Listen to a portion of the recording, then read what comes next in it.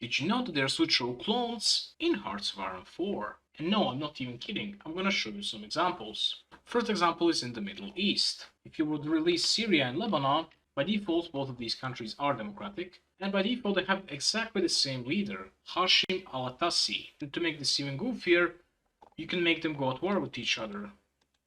I mean, himself. What? The least schizophrenic HOI4 moment. Talking about schizophrenia, here's the second example. If you ever played as Austria, you probably went fascist, because that's the only way to go. And when you go fascist, your leader is this guy, Arthur Sejozwak.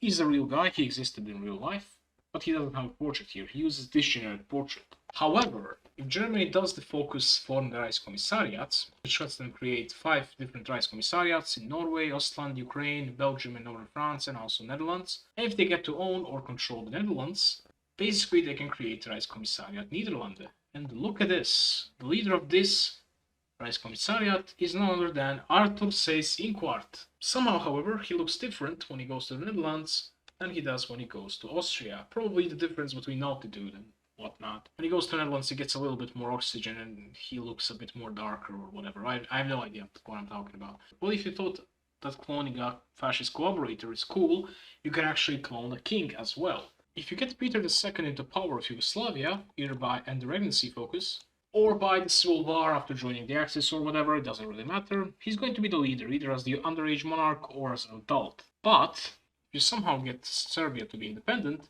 by default they are now aligned and their leader is Peter Karađorđević. That's the same guy. For some reason he uses a different portrait, it's a generic one, and yeah, somehow overnight he grew up, grown a mustache, and he looks different.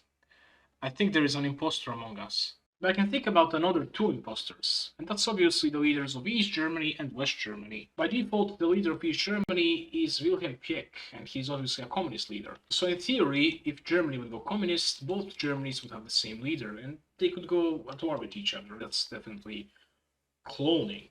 Same thing goes for West Germany, and if the Germany goes democratic, both of them can have Konrad Adenauer as the leader. Once again, being able to put war on each other and whatnot. Also, fun fact, fascist Western Germany has an actual leader, and it's Klaus Klauser. I have no idea who is this guy, but his name is funny.